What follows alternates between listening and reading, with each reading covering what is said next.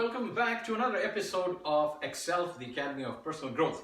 आज हम बात करेंगे हमारे ग्रोथ की, हमारी हेल्थ की, हमारी फिटनेस की और किस तरह से हम अपनी हेल्थ की तरफ एक पॉजिटिव नज़रिया रख सकते हैं।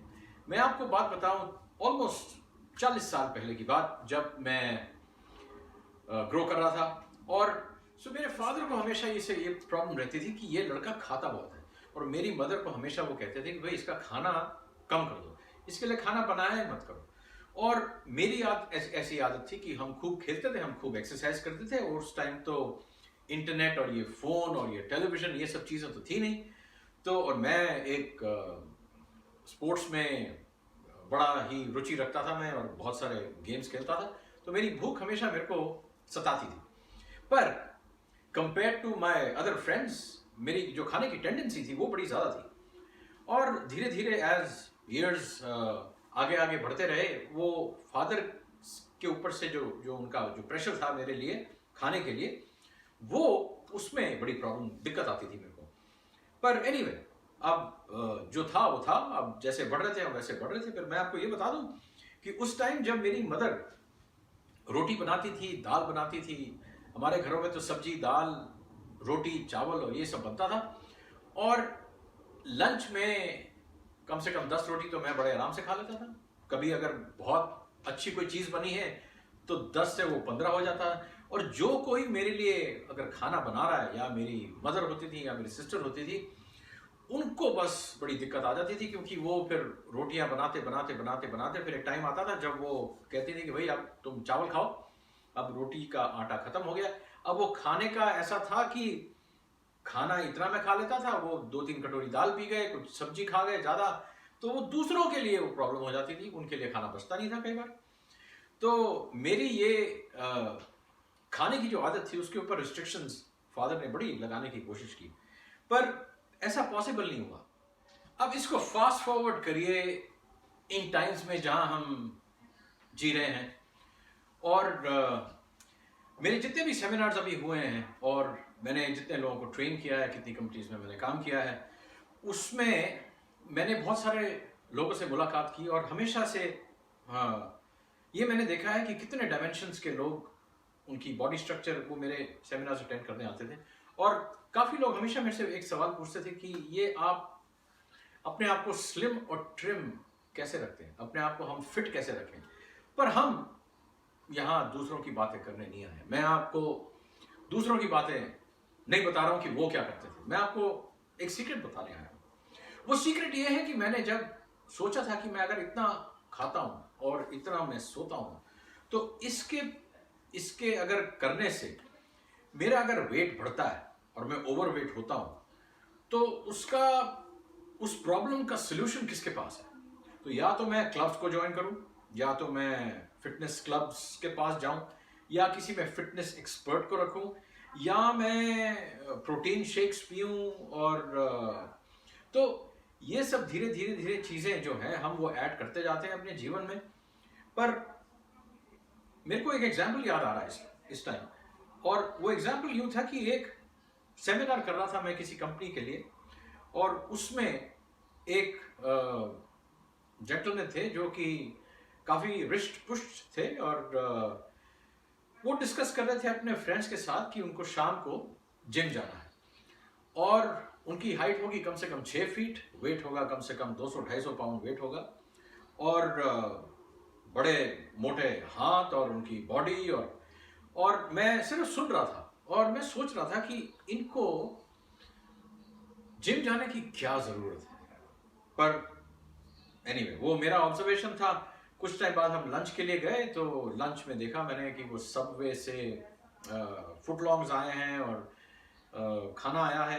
तो उन जनाब को जब मैंने देखा खाते हुए, तो उन्होंने वो जो 12 इंच का जो फुटलॉन्ग था, वो कम से कम उन्होंने 1 मिनट लगाया होगा और पूरा वो फुटलॉन्ग खा गए।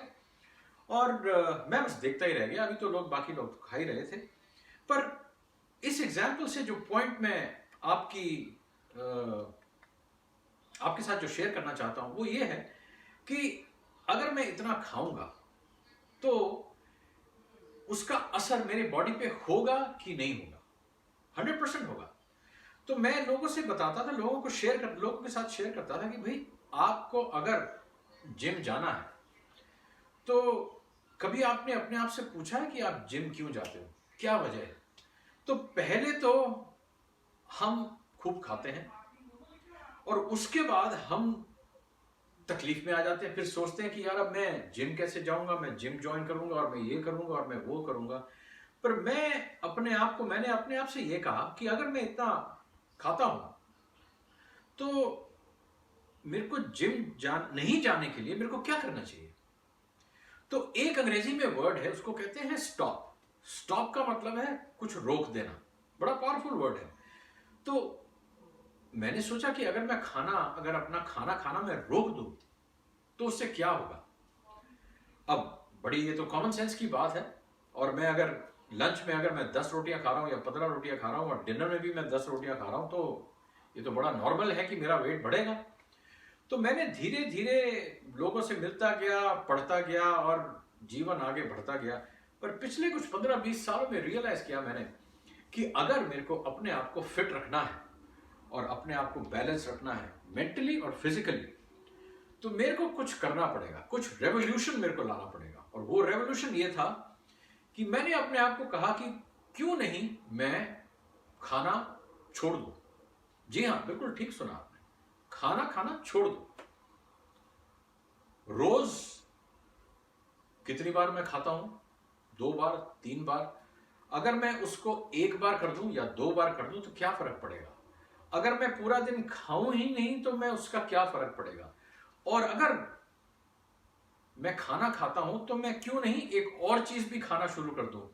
वो क्या चीज है? वो है पानी। जी हां, ठीक सुना आपने, पानी को खाना शुरू कर दूं मैं। बिल्कुल सही सुना आपने। तो पानी को अपने जीवन में लाने की बहुत जरूरत है। ना सिर्फ आपको कम खाने की जरूरत है, जैसे जैसे आपका जीवन आगे जाता है, जैसे जैसे उम्र बढ़ती है, ना सिर्फ आपको कम खाने की जरूरत है, मेरे को कम खाने की जरूरत है, बल्कि पानी को इंक्लूड करने की जरूरत है। और उसमें क्या हुआ कि धीरे धीरे एक टाइम आया जब मेरे को लगा कि इस चीज से फायदा जरूर हो सकता है। तो हम अगर 3 बार खाते हैं तो उसको 3 बार को हम 2 बार कर दें, अगर 2 बार खाते हैं तो उसको 1 बार कर दें, और 1 बार अगर खाते हैं तो कोशिश करिए कि कई बार कि आप उसको बिल्कुल बंद कर दीजिए। अब मेरे फ्रेंड्स सोचेंगे कि भाई हम खाना खाना क्या बंद कर दें, क्या फर्क पड़ जाएगा, इससे क्या हो जाएगा? करके देखिए आपके जीवन में उसका क्या असर होता है, क्या फर्क पड़ता है, आपकी माइंड की थिंकिंग की क्लैरिटी कितनी बढ़ती है, आप कितने अलर्ट रहते हैं, एनर्जी कितनी बढ़ती है, बॉडी के साथ आपके क्या होता है, आपकी थिंकिंग प्रोसेसेस में क्या होता है, माइंडसेट कैसा रहता है। आप करके देखिए। और ये मैं इसलिए आपको कह रहा हूं कि ये एक्सपेरिमेंट जो है वो एक बार आप शुरू करेंगे और उसको ऑब्जर्व करेंगे, ज्यादा से ज्यादा आपको तकलीफ होगी क्योंकि खाना आपको बुलाएगा।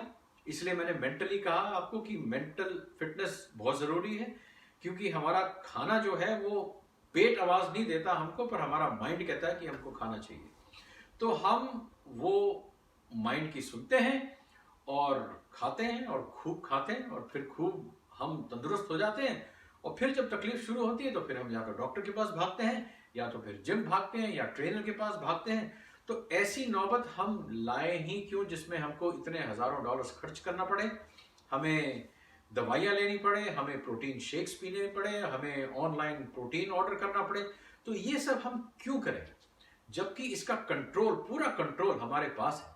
तो हमको अपनी हेल्थ, अपना शरीर, अपना मन इस कदर हम उसको बनाए ताकि हम अपने अपने बॉडी की रिस्पेक्ट कर पाए, अपने आप को फिट रख पाए, अपने आप को अलर्ट रख पाए, अपने आप को एनर्जाइज रख पाए, ऑलमोस्ट ऑन एवरीडे बेसिस।